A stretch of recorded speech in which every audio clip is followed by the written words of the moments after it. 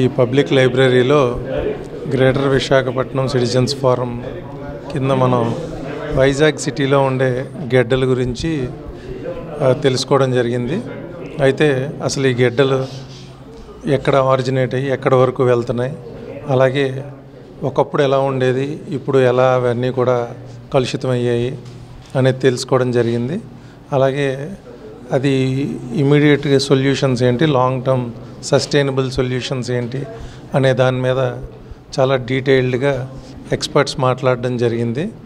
ఇలాంటి సెషన్స్ జరగడం వల్ల సిటిజన్స్కి అలాగే గవర్నమెంట్ అఫీషియల్స్కి మధ్యన ఒక మంచి ప్లాట్ఫామ్ అనేది ఏర్పడి సిటిజన్స్ యాస్పిరేషన్స్ ఏంటి, వాటిని మనం ఏ విధంగా ట్యాకిల్ చేయగలుగుతాం, అలాగే ఎక్స్పర్ట్స్ అడ్వైజ్ ఏంటి అనేది మనకు తెలుసుకోవడానికి మంచి ప్లాట్ఫామ్ ఇది.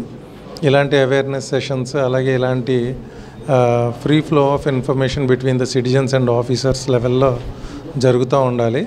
సో వీటి వల్ల ఏమవుతుంది అంటే చాలా సమస్యలు మా దృష్టిలో లేనివి కూడా మా దృష్టికి రావడం జరుగుతుంది.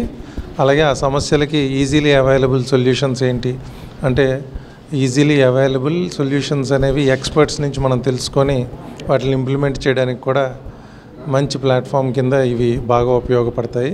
సో ఈ సెషన్స్ అనేవి ఫ్యూచర్లో కూడా చాలా బాగా జరగాలి, చాలా ఎక్కువ జరగాలి. అలాగే స్టూడెంట్స్కి ఇతర గవర్నమెంట్ అఫీషియల్స్ని కూడా ఇన్వాల్వ్ చేస్తూ ఇలాంటి సమస్యలు ఏమైనా ఐడెంటిఫై అయినప్పుడు ఈ సెషన్స్ని కండక్ట్ చేస్తే ఇంకా సక్సెస్ఫుల్గా బాగుంటుందని నా అభిప్రాయం. Thank you very much. ఇప్పుడు సిటీ డెవలప్మెంట్ అయ్యి అలాగ బిల్డింగ్లు ఎక్కువ వచ్చేసి పాపులేషన్ పెరిగిపోయి డెన్సిటీ ఆఫ్ పాపులేషన్ ఎక్కువైపోయింది, వేస్ట్ ప్రొడక్షన్ ఎక్కువైపోయి ఇప్పుడు ఫైనల్గా అన్ని చెత్త అంతా గడ్డలోని పోయి ఆ చెత్త ఒక కన్వేయర్ బెల్ట్ లాగా సముద్రంకి వెళ్ళి ఆ సముద్రం పాడు చేసేస్తుంది, మన బీచ్ కూడా పాడు చేసేస్తుంది. మాకు వైజాగ్లోని ఒక స్పెషల్ రెస్పాన్సిబిలిటీ ఉంది. ఆ రెస్పాన్సిబిలిటీ ఏంటంటే మనకి సముద్రం ఉంది, అందరికీ ఉన్నాయి సముద్రం లేదు కదా. ఢిల్లీ అంత పెద్ద క్యాపిటల్, అక్కడ కూడా సముద్రం లేదు, మనకే ఉన్నాయి సముద్రం. ఈ సముద్రం మనం జాగ్రత్త ప్రొటెక్ట్ చేయాలి, ప్రిజర్వ్ చేయాలి, రెస్పెక్ట్ చేయాలి ఈ సముద్రంకి. సో ఈ సముద్రం రెస్పెక్ట్ చేయాలంటే సముద్రం క్లీన్గా ఉంచాలి, అంతే కదా. ఈ గడ్డ త్రూ ఈ చెత్త అంతా సముద్రంలో వెళ్ళడం స్టాప్ చేయాలి. ఇప్పుడు మాకేంటంటే రోడ్ ప్రాజెక్ట్స్ చేస్తాం, రిజర్వాయర్ ప్రాజెక్ట్స్, పవర్ ప్రాజెక్ట్స్, చాలా స్మార్ట్ సిటీ ప్రాజెక్ట్స్ అన్నీ చేస్తాం మేము. కానీ గడ్డ సంగతి మనం మర్చిపోతాం. ఎందుకంటే గడ్డ మన బిల్డింగ్ వెనకాతలో ఉంది, ఏదో చెత్త వెళ్తుంది, ఏమైనా చెత్త ఇంట్లో ఉంటే గడ్డలో పడేయడమే అంతే. మనం మర్చిపోతాం, ఇంపార్టెన్స్ ఆఫ్ గడ్డ మర్చిపోతాం. మా ఆబ్జెక్టివ్ ఏంటంటే among citizens, among authority, VMRDA, GVMC అందరికి కొద్దిగా గడ్డ సంగతి తెలియాలి.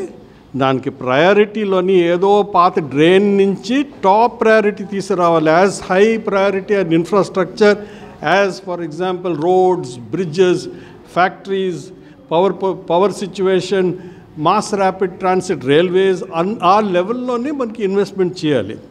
ఆ లెవెల్లోని ఇన్వెస్ట్మెంట్ చేస్తే మన గడ్డ కంప్లీట్గా మారిపోయి మనకి వేస్ట్ ప్రోడక్ట్స్ అంతా సముద్రంలో వెళ్ళదు. ఈ సిటీలోని చెత్త లోపల వస్తుంది, సిటీలోని ఎక్కడెక్కడో నుంచి వస్తుంది, ఫ్యాక్టరీస్ నుంచి వస్తుంది, ప్రోడక్ట్స్ నుంచి వస్తుంది. లోపల రావడమే మనం స్టాప్ చేయాలి, ఫస్ట్ తగ్గించాలి. దాని తర్వాత మనం కన్జంప్షన్ తక్కువ చేయాలి, రీసైకిల్ ఎక్కువ చేయాలి, అండ్ సముద్రంకి వెళ్ళడం ఆపాలి. సముద్రం నుంచి చెత్త తీసేసి రీసైకిల్ చేయాలి. ఇది 4 పాయింట్ ఎజెండా ఉంది జీవీసీఎఫ్. మనం కష్టపడి అండ్ మన జాయ్ తోటి మా ఫ్రెండ్స్కి అందరికీ ఈ సంగతి చెప్తాం. అండ్ ఈ గడ్డ సంగతి మన టాప్ ఆఫ్ ద మైండ్ తీసుకురండి, మీ ఫ్రెండ్స్ చెప్పండి, మీరు షేర్ చేయండి.